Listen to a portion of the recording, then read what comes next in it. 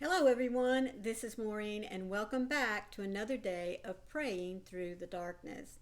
Now, our topic this morning centers around the word submitted. Now, I don't mean submitted in the way that like you want to submit a proposal or you want to suggest something to someone or in a group, let's do this. No, we are talking about being submitted in Christ, which means that we are turning our lives and our focus over to Him.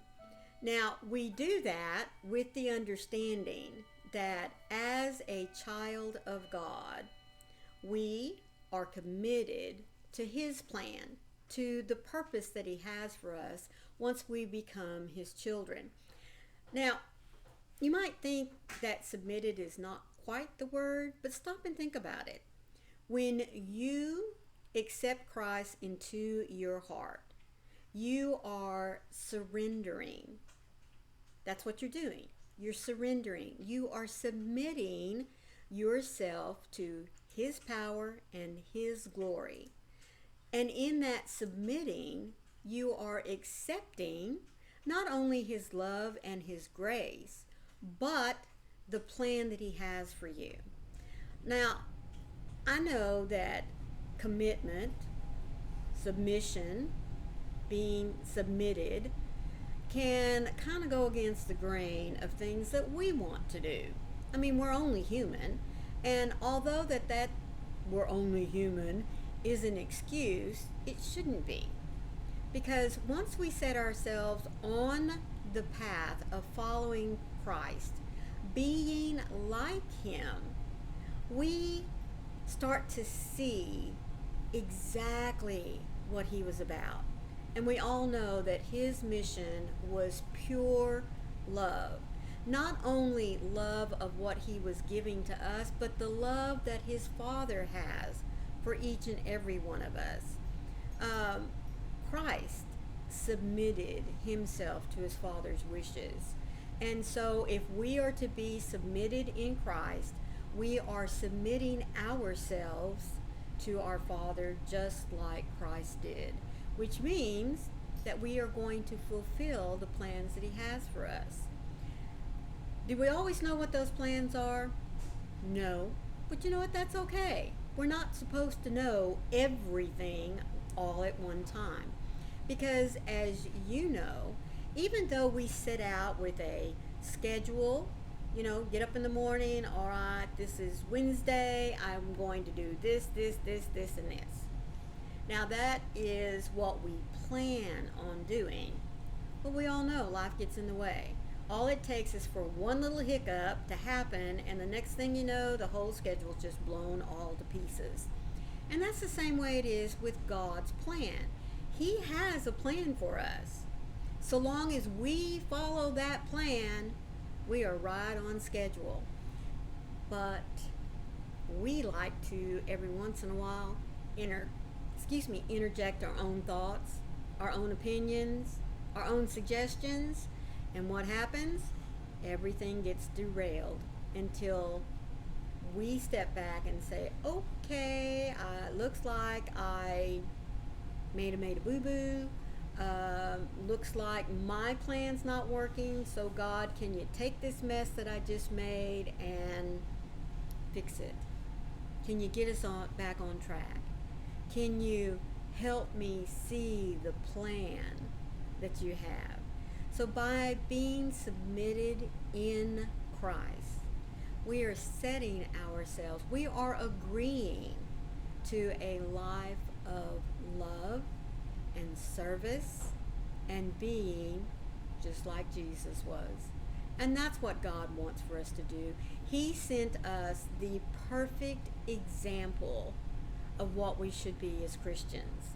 And so long as we follow that example, then we fall right in line with what God has for us to do. Now, my plan is most definitely going to be different from your plan. But so long as we both agree that we are submitting our lives to God, then our plans are going to work, aren't they? I mean, because remember, God has the perfect plan for us so long as we are willing to be submitted to that plan. In Psalms chapter 40, verse 8, David said it very well. My God, I want to do what you want, for your teachings are in my heart. Jesus, your teachings are full of purpose. They reflect your good nature. Your perfect character is on display in your law of love. As I look to your instruction, I see that your ways are different than mine. Instead of seeking revenge, you humbly extended forgiveness to all. Instead of pursuing success and riches, you rejected them in favor of being close to the needy and the broken. Instead of taking things by force, you peacefully offered your way as an option. When I learn from you and put your law of love into practice, I find that the fruit is sweeter than any I have ever known.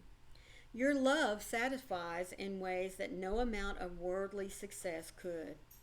Notoriety is fleeting, but a life of honor and purpose, no one can take that away. So help me to submit my heart to your better way. My God, you are the one I look to in my confusion. I trust you as I submit my life to you once again. I have to believe that you are making something good out of the situations that I am walking through. With your help, I will walk in your way of love, finding fulfillment in your nearness and in the fruit of a life submitted to you. A life full of love.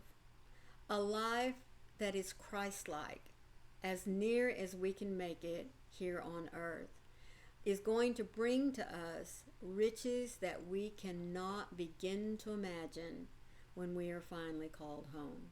And I know that you are looking forward to that just as much as I am. Thank you all so much for being with me today. Let me remind you that this devotional comes from this little blue book that's put out by Broad Street Publishers. Now you'll find a link for it down in the description box. It'll take you right to it. 365 days of devotionals and prayers for those that suffer with depression and anxiety. But remember, we all go through spells in which we are uncertain, we are anxious about life. So this little book every day gives us words of encouragement that we are not alone. So thank you so much for being here. If this was your first time here and you've made it this far, thank you so much. All I ask of all of you is to remember to share it out to someone that you know who needs to hear these words of encouragement today. Not because they're mine, but because they were chosen for us, you and me alike, to hear today. Remember that when the clouds of darkness wish to come in and rob you of your joy, your security, and of who you are and belong to, don't let them. God is standing right there to fight that battle for you so that you can get on with the business that He has for you, and that is showing love to one another. And remember, I love you too. I'll see you tomorrow. Bye.